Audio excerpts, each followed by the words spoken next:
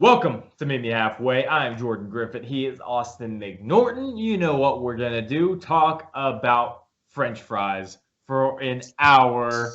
You know it. Honestly, that'll probably be our most heated debate. Let's be honest. That's going to be our most heated debate. We're going to fight each other through the Skype call with our fists. Oh, yeah. Stay tuned. Top 5 French fries coming up here in a little bit. We're going to have to talk about sports, though. We got to get that out of the way with. True. We're just doing it to get through it, to get to the real topic of debate. Right, exactly. Austin, how glad are we to be here right now? I'm very glad. It's starting to warm up, not as quickly as I'd like, probably as much as it is down there in the ATL, but it's fine. It's fine. Right. We're, this is where the real weather happens. Right. See, I'm happy because I think the Warriors might actually lose, which I didn't think was possible. And that's a perfect lead into our first topic. The Raptors now take a 3-1 series lead against the Golden State Warriors. Truly baffling is what's happening right now. No other way to put it. I'll give you guys just a quick recap of the games. Game 1, 118-109. Raptors win that one. Going back to Toronto, the Warriors take game 2, 109-104. Game 3, the Raptors take a 2-1 series lead, 123-109. That game was never really close. That was the game without Klay Thompson and Kevin Durant. And then they played that boxing one with Steph Curry. They said, you got to beat us. Wasn't able to. And then game 4, I believe 3 nights ago, the Raptors beat the Warriors 105-92, take a 3-1 series lead. And tonight at 9 p.m. Eastern Time, 8 Central, the Raptors have a chance to win the NBA Finals. Beautiful stuff. This is stuff that neither of us had ever dreamt of. About everything has gone correct and right. God has corrected the universe in the NBA in the Raptors' favor. He has finally injury-plagued the team that has benefited the most from injury teams. So, Austin, the first question I got for you is KD, he might play tonight. He is questionable. We're not sure about it. Does he have anything to prove by playing in tonight's game to try and save this team from elimination? I really don't think so. I think if it was maybe a tied series, if it was like a 2-2 series right now, game 5, then he would have something to prove to come in and say, I got us the win. I came in, I saved our team, I got us the win. But since they're pretty much on the verge of elimination, I think he going into free agency can say, look, I was out on the Warriors and they lost because I didn't play. Yeah. Because a lot of people are saying, oh, well, you didn't really help the Warriors win. They were good enough as they were. They didn't need you to win. Well, clearly they do need him to win. Honestly, more than I thought they would ever. I'm honestly one of the people that's surprised by it. I didn't think they needed him. I thought they were fine on their own. They won in 2015 without him. So I was like, they don't need Kevin Durant. Right now, they need Kevin Durant badly because Steph and Klay can't do it by themselves. They can't. And Steph is trying. I mean, you've seen all the memes and all the pictures of LeBron saying, welcome to my life, Steph. It's like, welcome to how I feel every year. Right. So I don't think he really has anything to prove because they're on the verge of elimination anyway. So if they ended up losing tonight, he goes into free agency and says, look, I wasn't on this team during the finals and they lost because I didn't play. Yeah, pretty much exactly agree with you. And the one thing that I want to point out, kind of just to add on to it, is people are saying, well, Kevin Durant has to play in this game. That's not how injuries work. No. It's not like not only is it like, are they just trying to say that he's mentally not tough enough to come back? That's not how, physics work. That's not how you're injured with obviously a bigger version of this injury for a while, for almost a year. Yes. It just doesn't magically come back to you. It says, okay, well, we're down 3-1. Well, my cast's fine now. That's not how that works. The injuries don't just heal themselves because you're down 3-1. So I don't think he has anything to prove. And I think he actually has more to prove if he doesn't play, just like you were saying. I agree. Because this team, if they lose 4-1, which is incredible, 4-1. This is a team that we thought might sweep the Raptors. 4-1. Kevin Durant says, well, you guys could keep your head above water, sweep a Portland Trailblazers team that has underachieved for the past couple of years. Yeah. But as soon as you face a team that is almost just as good as us, you need me. And that's exactly what he says. If he sits out and they lose, especially 4-1, that this team is not just a Steph Curry, Klay Thompson, Draymond team. They need me. And plus, even if he does come back and he would get them to win the series somehow, it wouldn't really prove that much. It would just say, oh, we're just adding on to your already built resume. Like, it's not like, yeah, you come and be the hero or whatever, but it's like, we already know you're good. You're not really adding a whole lot more on by pulling your team out like that. If anything, what that would do, and what I think it might already be doing, is it hurts Klay Thompson substantially in free agency. Yeah, substantially. Because right now, it's all Steph, and I think everyone can kind of see that. And Klay's really hurting without KD drawing attention away from him. Yeah, well, Klay's also hurt from being hurt as well. Yeah.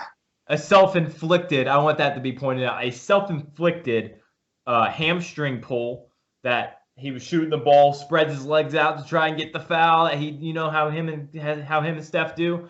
And, I pulled my hammy. So I don't feel bad for him whatsoever, but exactly like you were saying, the depth is gone when you take out those two. And then you have Draymond, who's an offensive liability at times. And then you have Steph Curry. And then we all know this is one of the worst teams in the NBA in terms of depth.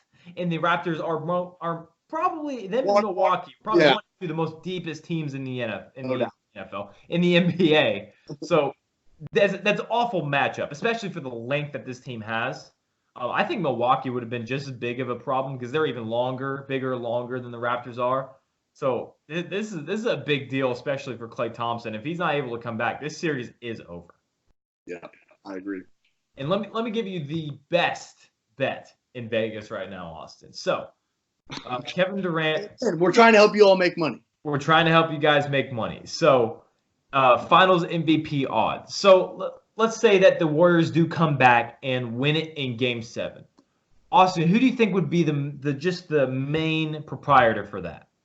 If the Warriors are able to win it in Game 7, who is the guy that you says can take it over and get them there? Kevin Durant? Yeah, or Kevin Durant if Kevin Durant plays. Right. So if Kevin Durant is able to come back and then they take the series to 7 games and they win, would you give it to Steph or would you give it to Kevin Durant? Definitely Kevin Durant. Right. So final MVP odds before he was listed as questionable today, Kevin Durant had a 10 plus 10,000 odds to win the Finals MVP. Now he's jumped to plus 4,000, which is still, oh my God, that's an incredible bet. You had, especially at plus 10,000. If you don't go make that, okay, good for you. That's stupid. Go make that bet. You bet $100, and if they come back and win in Game 7, which is still very possible, you win $10,000 off of 100. So that's no longer the odds now. I'm not very good at math, but that sounds like a good move. It does to me as well. Or zero. Especially the thing is though, considering that if Kevin Durant were to come back now and win Game 7, he would have been the obvious clear-cut difference between down 3-1 and winning in 7. He would have been the guy that people were said, well, as soon as he came back, he'd be the sole reason. Everyone would say he's the sole reason. So that he's almost, if the Warriors win, he's a guaranteed lock for Finals MVP because he would have been the difference maker between 3-1 and winning in 7. So why wouldn't you make that bet? That's an incredible bet to make. If I was in Vegas right now, I would be losing all of my money to this bet. So making you guys and we're making you money with the NFL bets. This is making you some real money. This is making you a lot of money. How much do you think it would drop if they won tonight with Kevin Durant? If they won Game 5 tonight with Kevin Durant, would it drop pretty significantly? Considerably. Okay. But if you already made the bet at plus 10,000, it stays there. So so no matter what you bet at is what you stay at. So no matter what the fluctuation is, if you bet plus 10,000, you're getting plus 10,000, which is incredible. So Go make that bet, guys. If you're, plus 10,000 is already gone. Now it's plus 4, which is still incredible. So go make that bet if you can. So, when's it ever a bad bet to bet on the Warriors, even down 3-1? So, okay. One more question for the NBA, and then we're going to move on to the NFL. A lot of stories out of the NFL here today. So, is it the last time, Austin, that we see the Warriors dynasty? Last year. My thing is, I don't know how good is the rest of the West going to be. Even if they do lose Kevin Durant, they're still one of the top probably 5 best teams in the West, I would say.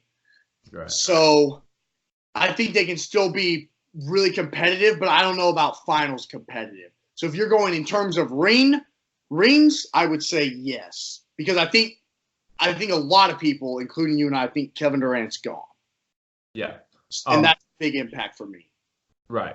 I tend to agree with you on that because of the lack of depth. Now, if they were able to get back, remember when they had the first finals run, they had Andrew Bogut, Harrison Barnes was a big guy, or Barbosa was a big guy. If they're able to get those kind of role players in once Kevin Durant leaves, kind of fill the salary with those kind of players, then maybe, but I don't see that happening. So then all you have is Dre, Steph, and Clay. And right, these guys already won 73-9 one year, and they lost title that year. But these guys have already won title together, right?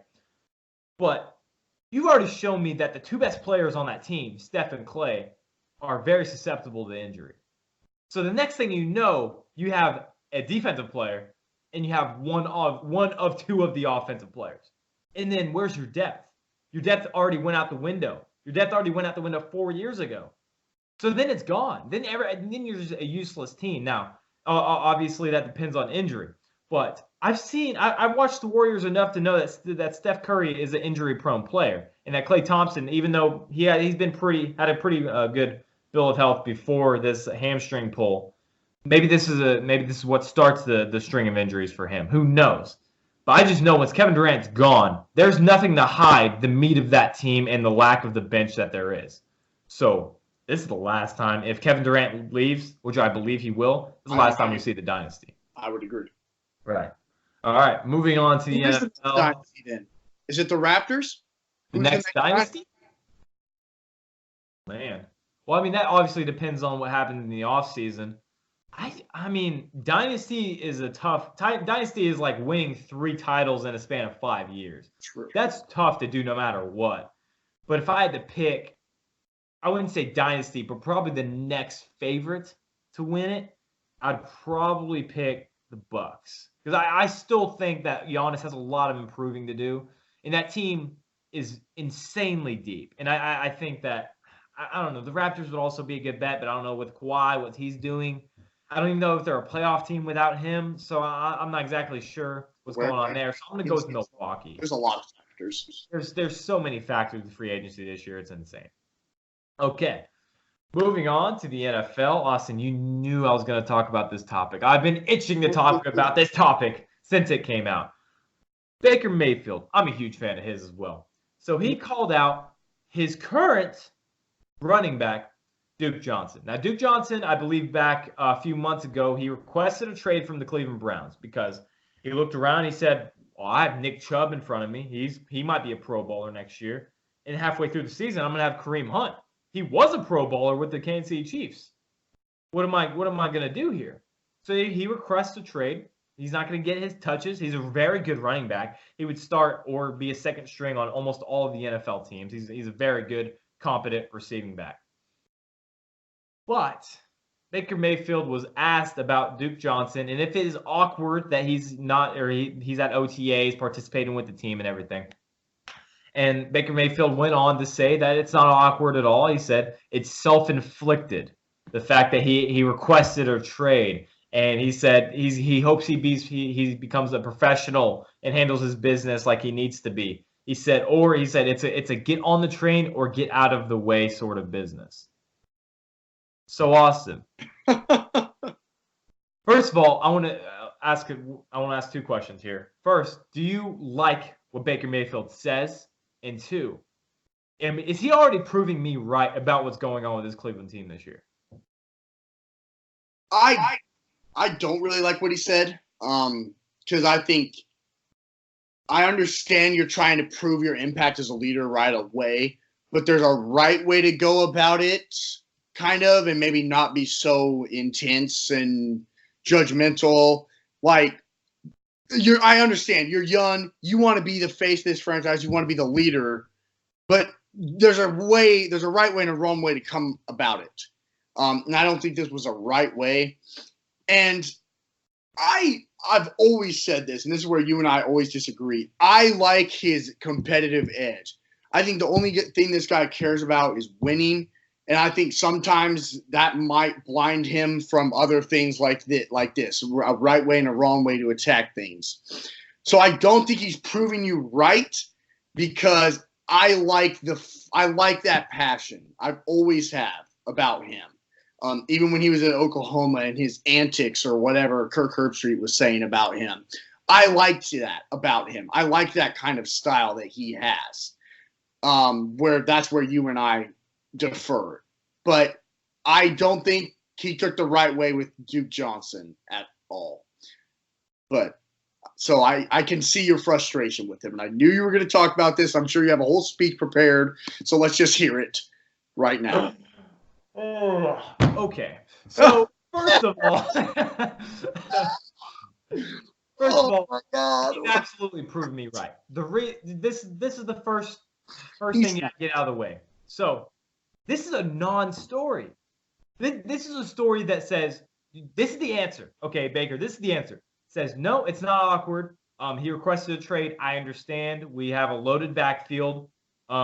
And he wants to help himself. He said that's exactly what I would do if I was in a situation. Bam, end of discussion. That's the end. That no one's asking you about that question anymore. About a third string running back on your own team. Now we're talking about this a week after you said it. He has proven me right because this is a non-story turned into a big headline that he shouldn't. Second of all, you don't talk about another man's business in any line of work. You don't talk about another man's business. Duke Johnson doesn't believe he's going to get the money or the touches that he deserves. He wants out. Okay, that's good for him. He's doing what's best for him, his family, his life. Baker, I promise you, this happens every NFL career. The day will come where you have this exact same problem. Contract negotiations. You're not getting what you think you deserve.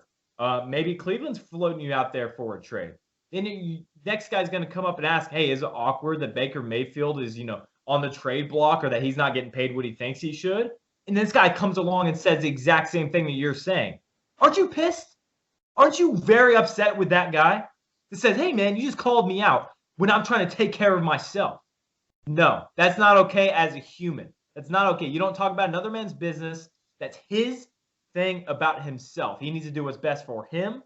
That's not okay with me. So I don't like at all what he said. He turned a non-story into a huge story. See, I take it, though, as like he's young, he's learning. Right now, he just sees that move as someone who says, Baker sees it as, he just cares about himself and not a team. He cares about himself rather than wanting to win.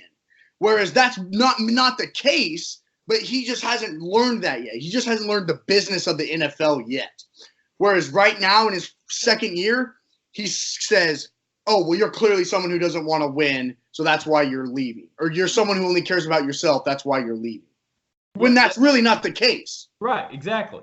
So this is going to continue until this is not something to say, okay, yeah, he is young. Sam Darnold understands this. Josh Allen understands this. Guys that are the exact same age of him understands how to answer that question, but he doesn't. Do you think maybe some of that goes on in like the Bills or the Jets organizations with those two quarterbacks who are definitely not as in the light as Baker Mayfield is? That stuff might go on. We just don't hear about it because no one really cares. In the NFL, if a quarterback throws a teammate under the bus, I don't care if you play in Oklahoma. We're going to hear about it. That the NFL is the most evenly covered sport in America. So I don't really buy that. I think if Sam Darnold went out there and called out C.J. Mosley for being fat, people are going to say, hey, he just called out C.J. Mosley for being fat. It works everywhere. I think that Baker Mayfield is no exception. He does get a little extra coverage. You're absolutely right about that. But the fact is, he threw a teammate under the bus that is doing what's best for him. And he's a guy that doesn't have the self-awareness to understand that this is going to happen to me too. It happens to literally every single NFL player. Every single one. You come to contract negotiations, trade blocks, getting cut from a team, all of this stuff. You have to learn that this is what's best for the person, not for the team. Because the people are there for themselves. That's how it's always been. He did the same thing with Hugh Jackson. He said, he's not with us anymore. Now he's against us. No. Hugh Jackson got fired. He did not turn on you guys. He got fired and he took an employment for himself because he needs to feed his family, put food on the table for his family. Baker Mayfield's going to be a hypocrite before he knows it. This is a guy that's going to be saying this. He's going to keep saying this, keep going down the road. He's going to throw teammates under the bus. Oh, you're not with us, you're against us. No, man. This is a business. This is not how this works. This isn't college anymore. Okay? This is the NFL where guys are paid millions of dollars. That's why I'm giving him a pass. Okay. But let me tell you this. This is an indicator of what's going to happen in the future. This is a warning of what's going to happen in the future. This is a complete non-story. I forgot Duke Johnson even requested for a trade until he had talked about it. Complete non-story. He blew it up. Now we're talking about it. That can't happen. It's going to keep happening throughout his entire career unless he changes his ways. Sorry. I know you love Baker Mayfield. This is something that me and you are going to be talking about more than we should. That's probably true. Yeah. All right. Talking about quarterbacks, I went through and I thought, what NFL teams really need a quarterback right now? Are there more than you would think?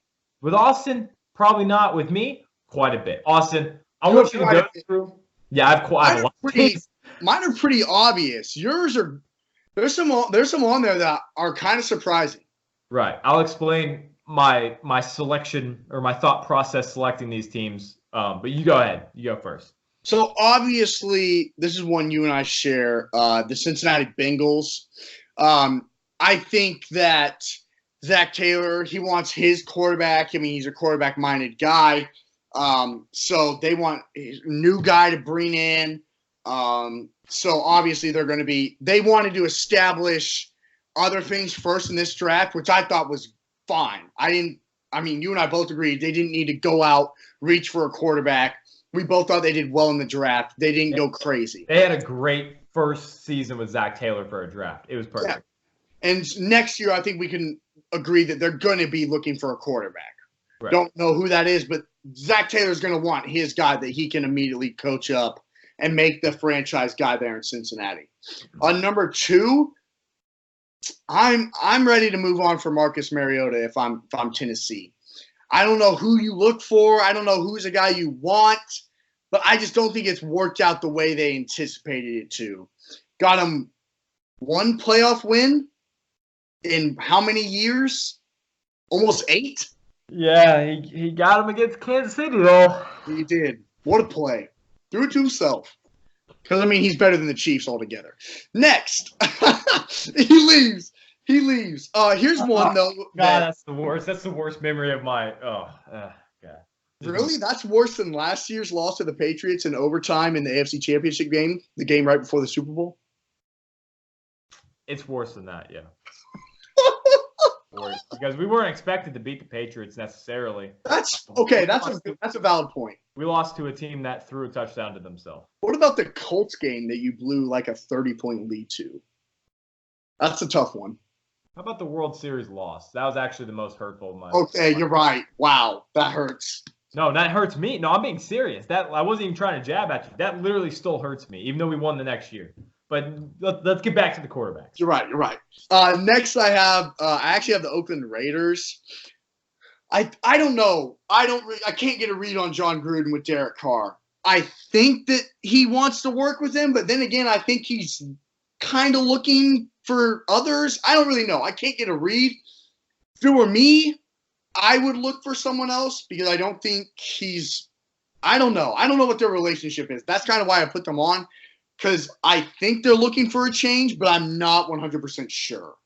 The next two that I have, I think are pretty obvious. The New York Giants. Well, obviously, I think they have their quarterback for the future on their bench right now, and he's going to be an probably the MVP next season. Let's be honest. And then Eli Manning. It's time to move on. He did exactly what the Giants wanted him. Got him a couple of rings. Franchise guy, did well for their franchise. Did well in the city of New York. But it's time to move on. It is, and I don't think their backup is going to be the guy either. So, yes, I think they are in need of a quarterback. And then two, Jameis Winston has proved me wrong and let me down probably 3-4 times now, as many times as we seem to talk about the guy and the Bucs in general. This is a guy that should have had some success with this team.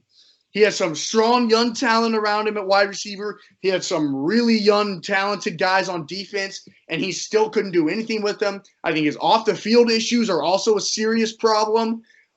So it's definitely time to move on from Jameis, I think. Sooner rather than later. I don't know how soon, but soon. I have all of those teams on my list and then about tenfold of others. So let me start. Let me start with the Dolphins. I'm just going to go through these quick because I have so freaking many of them. I didn't have the Dolphins because I don't know about Josh Rosen yet. Yeah, that's exactly my thing. I was never a Josh Rosen believer in the first place. And we were just talking about Baker Mayfield. A big thing for me when it comes to quarterbacks, if I even have to question you in the locker room or off the field, you're not worth it. I'm sorry. If I even have to question the fact that I have to worry about what my quarterback's going to say to the media, my quarterback is the one position I can't have that happen. So I'm not going to buy in Josh Rosen, even if he is successful. I think he's going to have the same effect of Baker Mayfield type of, even though he did really well in Arizona. I have to give him credit. He kind of kept his mouth shut, kept his head down. But I'm not buying Josh Rosen just quite yet. With the Bengals, Andy Dalton is just about the definition of average quarterback, even though he can put up pretty good stats. Now, he's not exactly going to get you to the Super Bowl either. I don't know if their guy is Ryan Finley, the NC State quarterback they drafted in the 4th round this year. Possibly. I think Zach Taylor's probably looking more big prospects in this next upcoming draft. So I think the Bengals are moving on, trying to really take over or kind of refurbish that entire team. Number 3, I have the Tennessee Titans. Marcus Mariota, coming out of college, he was an aggressive, fast, athletic, healthy quarterback. And now he is a slower, injured, doesn't take any risk type of quarterback. And he doesn't put up any good stats. Like, his stat line is not good whatsoever. He game manages a team that should be better on paper than what they are. So I think he's the one thing that's holding them back. He's injury plagued. He's slower now. He's less accurate, I feel like.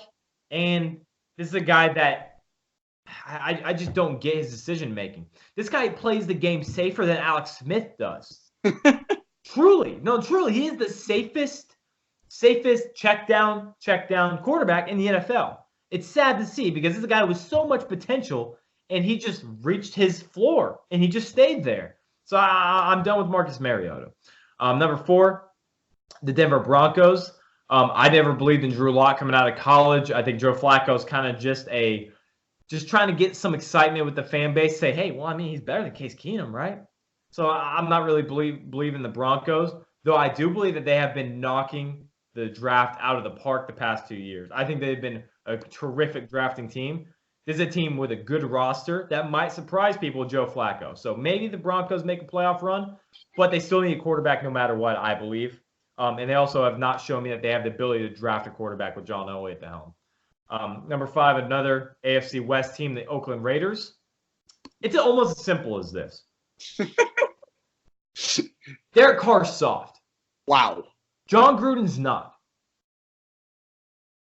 Derek Carr got caught crying after being sacked in a game. He got caught crying. That was a problem with players in the locker room. John Gruden is not exactly a guy that's nice to his players. He likes tough, hard-nosed veterans that's been shown. Derek Carr doesn't fit any of those things. He's not tough. He's not hard-nosed. I guess he's a veteran at this point. Yeah, he's a veteran. 2 out of the 3, he's missing. Get Derek Carr out of there. The Raiders are going to have to revamp this entire roster once again. I think he's done with Derek Carr. I would be as well. Gonna go with the Giants. I'm just gonna move on. The Giants. Not Now, even a mention. These next three are kind of risky. I've already lost track. I'm just gonna go the Detroit Lions. Now, Matthew Stafford is more than good enough to be a quarterback, or at least a starting quarterback for your team to get you to the playoffs. Yeah, sure. This is a guy that's not going to win you a Super Bowl, and with the amount of money that he's being paid, it's time to move on from Matt Stafford. Now, I know that contract you can't get out from under, but this is a guy that if you always do what you always done, you always get what you always got. And the Lions have been doing that for as long as I can remember. He's with always Matthew put up Stafford. MVP numbers, though, I feel like. Yeah, he can. But do they win? And don't tell me that he has this awful roster. They have had more than enough time to put talent around him, and he has had offensive talent around him. What have they done? This is a guy that hasn't proven me anything. His famous nickname is Stat Padford. I don't know if I'd go that far. That's funny, but I don't know if I'd go that far. I'm done with Matthew Stafford. I think it's time. Maybe it's just a fit with the Lions. Maybe he go put him on a different team, and maybe he's successful. Not that he's not successful already, but I think I just the wins matter to me, and I'm done with Matthew Stafford as the Lions quarterback at least. The next one. It's an interesting one. The Green Bay Packers. I know. Stop. I know. Aaron Rodgers is the quarterback god. He's the greatest quarterback in the NFL. I just shut up. I hear it all. Aaron Rodgers should be gone as the Green Bay Packers quarterback. Now, this is a guy that gets paid just along with the best of them. He gets paid, I believe, north of $30 million a year. Okay, that's fine. He had the second major injury of his career. I believe 3 years ago, shattered his collarbone off Anthony Barr's sack. He gets forced into the ground. That rule is now illegal now. You can't force him, put your weight on him going into the ground. So he has that. He's out all year. Okay, Brett Hundley's in. Brett Hundley's terrible. That's fine. We expected that. I'm not saying Aaron Rodgers is not a good quarterback. Then last year, game 1, hurts his knee fairly bad against the Chicago Bears in week 1. They put him back into the game. Great comeback. Everyone kind of forgets about him after that for the rest of the season because they're just an average team. Now everyone's worried about Mike McCarthy. This is a guy that threw his coach under the bus, has thrown players under the bus on record. This is a guy that does not care about his team as individuals. I feel like he cares about himself. This is a guy that has been arrogant when it comes to the media. This is a guy that has everything that I don't like in a quarterback except for what's going on the field. Injuries, talks too much about his team, talks too much to the media. I don't like any of that. He's 35, 36 years old now. I'm not saying they're going to because I know they won't. This is a guy I wouldn't want on my team. I won't. I won't. I don't want him. I just don't. So kill me for that. I hear you guys. I will. It's all right. I will. For me, next, this one is kind of the question mark. Me and Austin were talking about it. The Carolina Panthers. Now, this relies totally on Cam Newton's shoulder. Now, if it's, I don't believe because what I was hearing from reports, I say I'm hearing like I'm an insider, but I'm not. What we hear from reports are, his shoulder isn't ready. So all of that. So I'm just going to go with his shoulder isn't ready. This guy also has had some injury problems being a big quarterback that runs the ball. So Panthers, I think they're in need of quarterback. And then the Buccaneers, I think you said everything for me. So. Yeah. Okay, moving on. Some more NFL news. Carson Wentz gets the biggest deal when it comes to fully guaranteed money in the NFL. 4-year, $128 million extension, $107 million fully guaranteed. That breaks Russell Wilson's record that he previously set this offseason. So, Austin, what does this do for the QB market? It makes it very, very interesting. For what teams exactly? What team is going to suffer from this deal? team that has 5 rings, largest fan base, most successful franchise in the world. That's who. Right. Yeah, I'm trying to find ways that this doesn't blind Jerry Jones, and he's going to give Dak all the money in the world. Because the thing with the Eagles is that I think they're seeing a trend in just the NFL in general about cap space being increased. I mean, I'm reading here an article that over the last 5 years, it's increased 11 and 3/4 million dollars over the last 5 years. So as of in 2021, Carson Wentz will be taking up 12% of the Eagles' total cap space. That's crazy. That's a crazy amount. And the problem for the Cowboys is Dak came in at the same time. They were both talked about so much in the same season. They're both so similar. They're both the new franchise guys. They're big market teams. My only hope is that, because I personally think that guys like Amari Cooper, guys like offensive linemen, especially guys like Zeke, are more valuable than Dak Prescott is to the Dallas Cowboys, in my opinion. I don't think Jerry Jones sees it that way, though, because Jerry Jones has always been, Tony Romo is my guy. Dak Prescott, I found him. He's my guy. I'm going to give him what he wants, Whereas those other guys, is like, yeah, they're draft picks. I picked up Amari Cooper, but I drafted Tony Romo. I drafted Dak Prescott. Those are my picks. Those are my franchise guys. I'm going to give them what they want, no matter how much it is, because I'm the most successful franchise in the world, and I own it, so I can show my money off. That's my big fear with it. My hope is that Dak Prescott won't want that kind of money, because he's always wanted to be the Dallas Cowboys quarterback. Because, I mean, who wouldn't? He's always wanted to be the Dallas Cowboys quarterback. He can make a lot of money just by being that. Not even make a contract with the Cowboys at all. He can make just enough money as it is just by being their quarterback with advertisements and everything else. So that's really all I'm hoping on to right now. But knowing Jerry Jones, it's a small bit of hope, and it's depressing. I saw this and we immediately texted each other. We're like, well, this is unfortunate. Very unfortunate. Same quarterback, same division. Both came in at the same time. Both similar, according to the media. It's not good. It's not good. No, it's not. Now, I'm more concerned about the contract when it comes to Carson Wentz. This guy, now, I think when he is healthy, this is a top 5 quarterback. I think he's proved that. Now, the first part of that sentence is the most important part. When he is healthy. The big ass. This guy that tore his ACL in his MVP year. He would have won the MVP if he didn't do so. And I believe he had a back fracture last year. Both considerable major injuries. He's one more just little small minor injury away from being plagued as injury prone.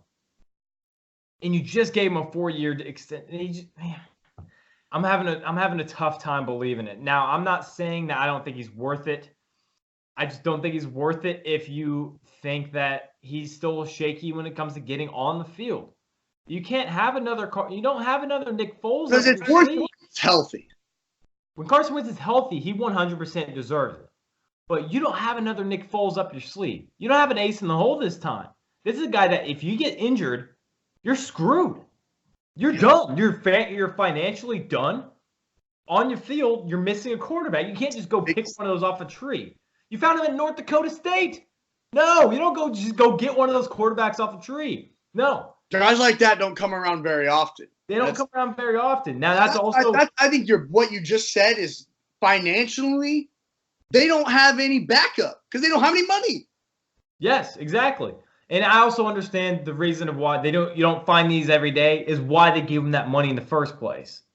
But at the same time, the injuries really concern me. Now, if it was, he had turf toe and then he had a shoulder strain, He tore his ACL and broke his back. Those are serious. That kind of hurts. That's like Gronk injuries. And Those are kind of major injuries. So I'm kind of concerned about that. It does affect Dak. Dak's probably going to get $30 million a year, whether you like it or not. I know. That's just the sad truth of it. So, all right, moving on to the second half of the show, top 5 list. Our first one, sports related. It's going to be top 5 players you would build around outside of quarterback in the NFL. This is a very fun one. I'm excited about this. All right, I'll go ahead and go first because I strongly disagree with a lot of guys on your list. So, number 5, I'm going to go with some bias here. I don't care. I think he's – Sorry, last 5 is bias too. Right. I think a lot of people can agree with this as he's the second best interior rusher in the NFL. Chris Jones of the Kansas City Chiefs. He had a monster season last year. He's the best in the NFL when it comes to getting his hands up and swatting the ball down, which is very valuable. Then I have number 4, maybe the best interior rusher, second best interior rusher overall when it comes to run, as including it, Fletcher Cox. Now, this is a guy that, off the ball, he needs double, triple teamed right now. This is a guy that needs to be triple teamed right now. Like, you cannot allow this guy to get through the line of scrimmage or else everything's done. Number 3, this also becomes, I think this is probably the second best player in football, possibly. Probably number 3 where I have him. I also value the position a lot. I've told you this a lot of times, Austin. The middle linebacker to me is a huge, huge captain on that defense. Bobby Wagner. I don't think you can find a better linebacker out there. Luke Kuechly might be better on the field, but does he get on the field? Also another question. So Bobby Wagner, consistent. I think he's the best middle linebacker in the NFL. He's number 3. Number 2, a guy that Austin apparently has never heard of David Bakhtiari. Now, this is the left tackle for the Green Bay Packers. He is by far and away the best left tackle in the NFL since Tyron Smith had that elbow surgery a couple of years ago. He's never quite been the left tackle of old that we've seen. So David Bakhtiari, the most dominant offensive lineman in the NFL. He's my number 2. And then we both have clear-cut number 1, Aaron Donald. No need to explain it. There's a guy that he needs triple team before the ball snapped. Yeah.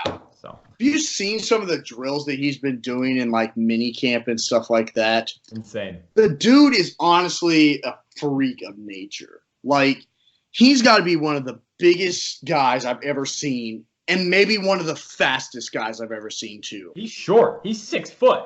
He's the biggest guy you've ever seen. He's just – that's what I'm saying. He's a freak of nature. Yeah, exactly.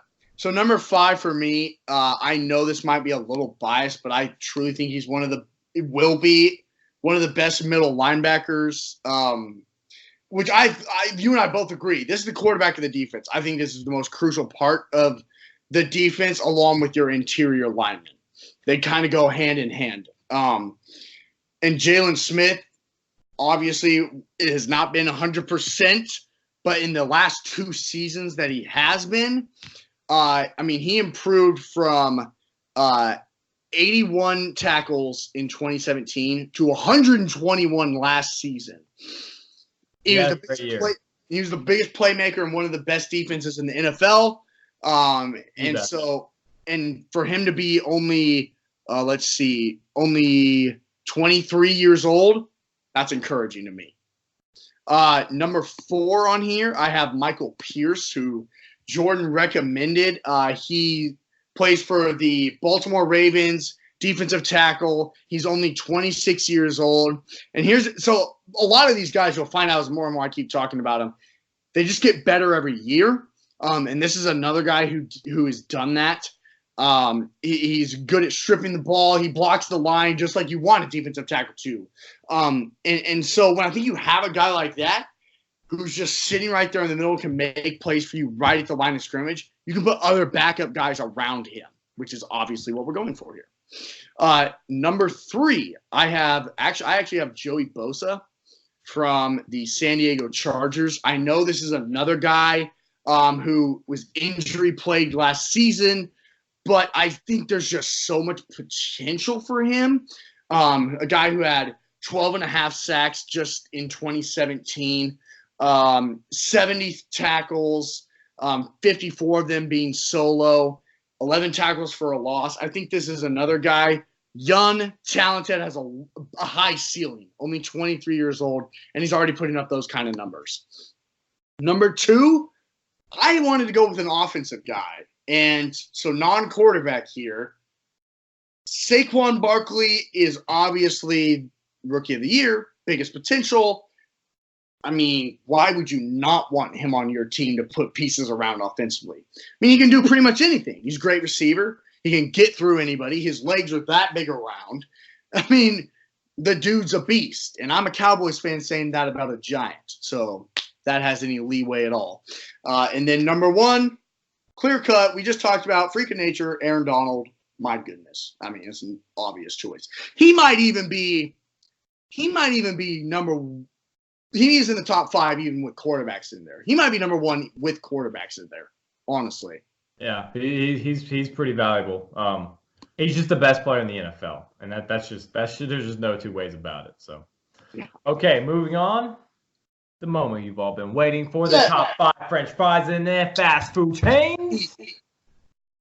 Austin, take it away. All right. So I'll start from 5 down again.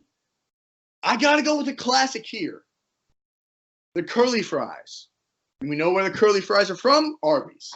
It's just something different. I have another one that's just different on here that I think tastes good. It's kind of an iconic staple to their franchise.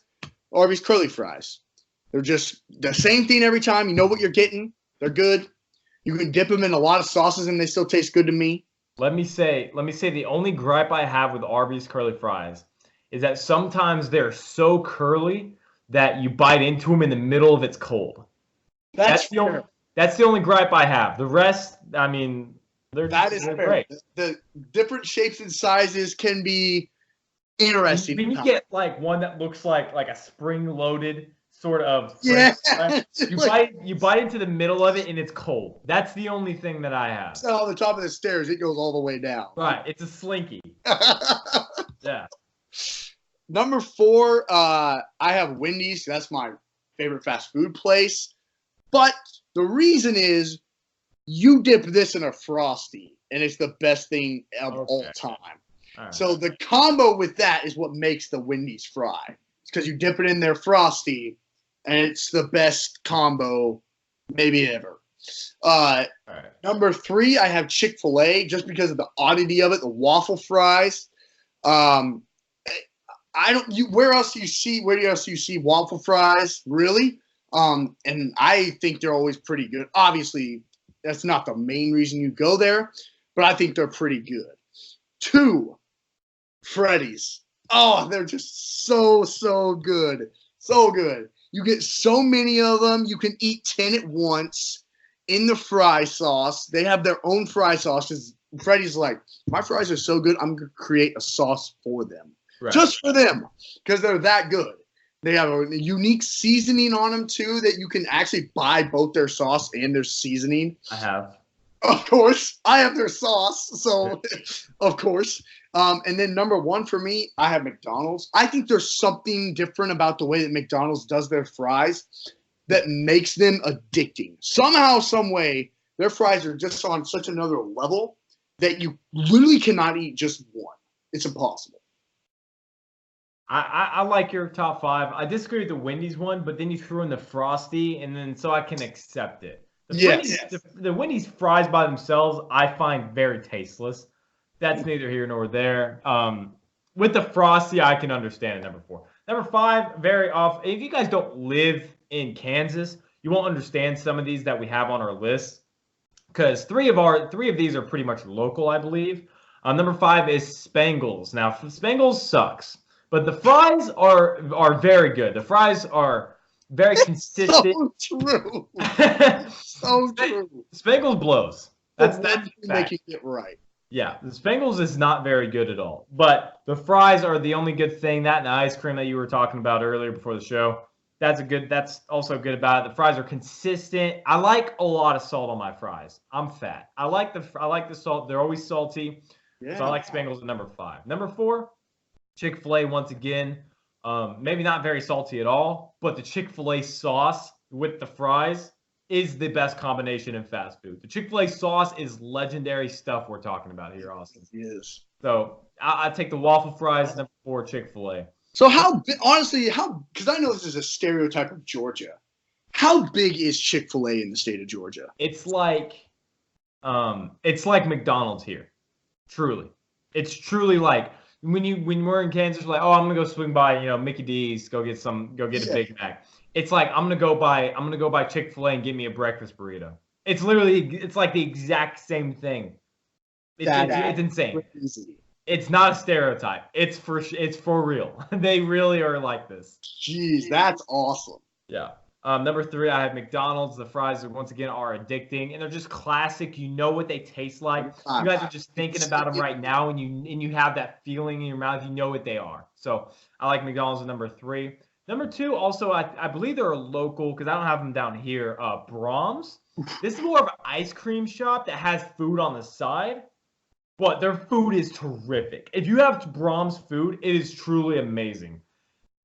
Their burgers are fantastic, but their fries, they have the maybe not, they're crinkle fries, right? Is that the right word? Crinkle cut fries. I believe that's the right word for it. And they're thick and they're truly amazing. A lot like Spangles. They're come in like the same box kind of, but Brahms fries are amazing. And then number 1 for me, hands down, like Aaron Dahl at number 1. Freddy's Frozen Custard, also another local one that's been to a franchise now.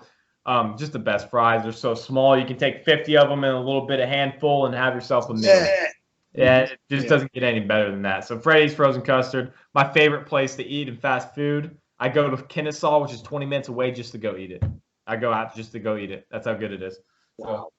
So, yep. All right, guys. Twitter question poll of the day. We got 2 of them again for you. 1 sports, 1 non. We'll start with the sports. Question number 1. Which Game 7 would you rather go to?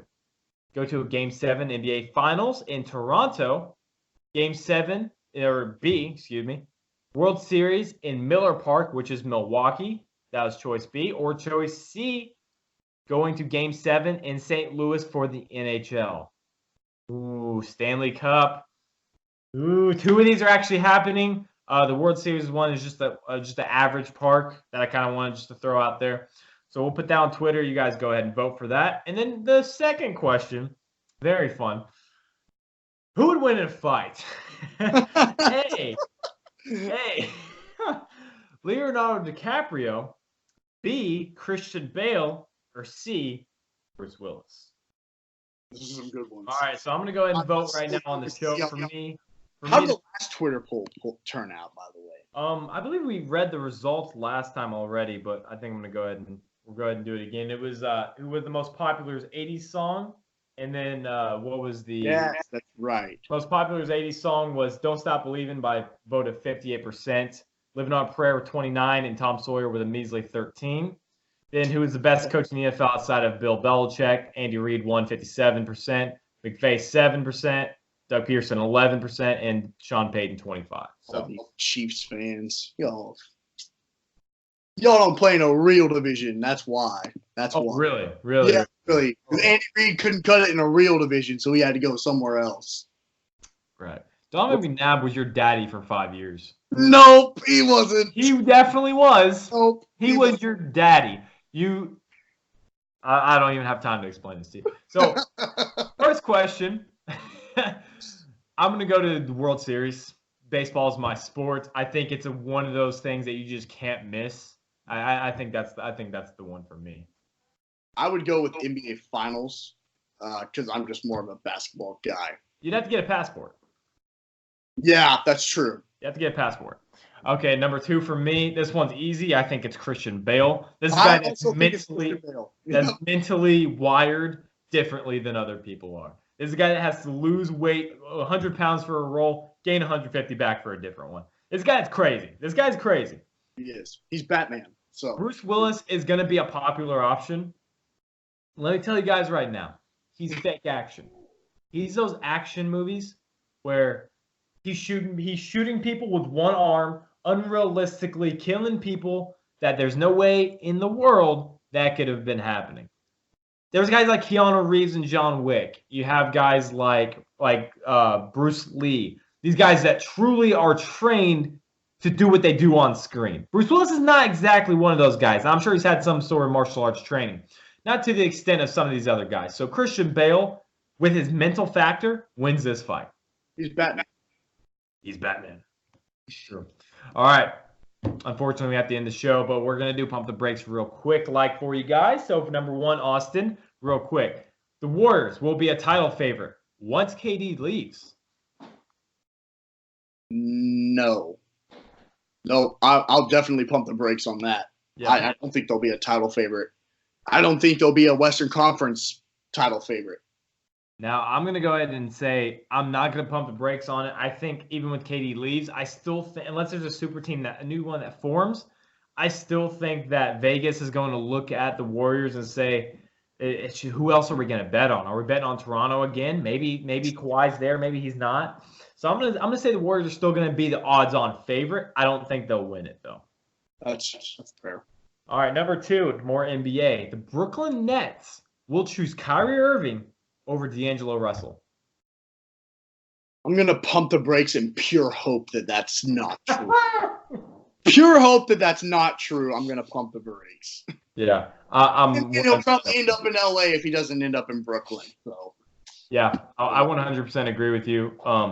I truly hope that it doesn't happen. D'Angelo Russell, I think, he's probably my favorite player in the NBA. I love the way he plays. Just please, guys, don't do this. Don't do it to the man. He showed you what he was made of in Boston. He showed us. Yeah. It's a saying that, people are going to show you what they're made of. Trust them. Trust what Kyrie tells you who he is, what kind of guy he is. Trust him. D'Angelo Russell's a guy you gave a second chance to. That team's full of second chance guys. Trust them. Keep them. Win with D'Angelo Russell. Please do it. All right, number three. This one's kind of more for me. Now, Henry Cejudo, flyweight and now bantamweight champion of the UFC. He is the third guy to hold consecutive belts in both title classes. Henry Cejudo, is he the face of the UFC? Now, Austin, I know what your answer is going to be. Either no or I don't know. No. So who is the face of the UFC? Conor McGregor. Conor McGregor. Well, how's it feel to be wrong? I know. I don't think that's true. Face of the UFC is John Bones Jones, whether I like it or not. But pound for pound champ is going to be right now probably Daniel Cormier. As of right now, looking at the rankings, Henry Cejudo is at number 4. You have Daniel Cormier, John Jones, Khabib Nurmagomedov, and then number 4 you have Henry Cejudo. Henry Cejudo just did what Conor McGregor did, but no one's talking about it. Conor McGregor had the championship in feather and lightweight. Henry Cejudo now has a fly and bantamweight title. But no one's going to talk about Henry Cejudo. This guy that's an Olympic gold medalist and now has 2 UFC belts in consecutive fights. Incredible guy. He beat DJ. He beat Demetrius Johnson, the guy that was unbeatable for about 5 to 6 years. So this guy, he's not the face of the UFC. Unfortunately, the face of the UFC isn't exactly the best fighter, but I think he's the second best fighter in the UFC right now, pound for pound. But the face of the UFC is John Jones. So, all right. Lastly, NBA players, pump the brakes, should sit more games out in the regular season due to rest. Because there's been a lot of injury in the playoffs lately. It should be sitting out more games. I don't care. Pump the brakes. My whole thought with that is if I bought tickets to a Lakers game right now for next season, it turns out LeBron didn't play in that game just the day before I find that out, I would be so upset. And I can't imagine how upset anyone else would be. They go to see a player, especially LeBron, for example, and he sits out for rest. That's not a good look. And I think we've already talked about this on the Cave in the NBA. I don't think it's a good look. Yeah, I agree with you 100%. I'm always on the fan side. Playoffs and the finals are still getting ratings, whether Katie's injured or not. Right. Also, it just feels like they're whining to me when they're saying, oh, man, we play 82 games a year. There's a whole heck of a lot in the world I would do for the amount of money that they're getting paid.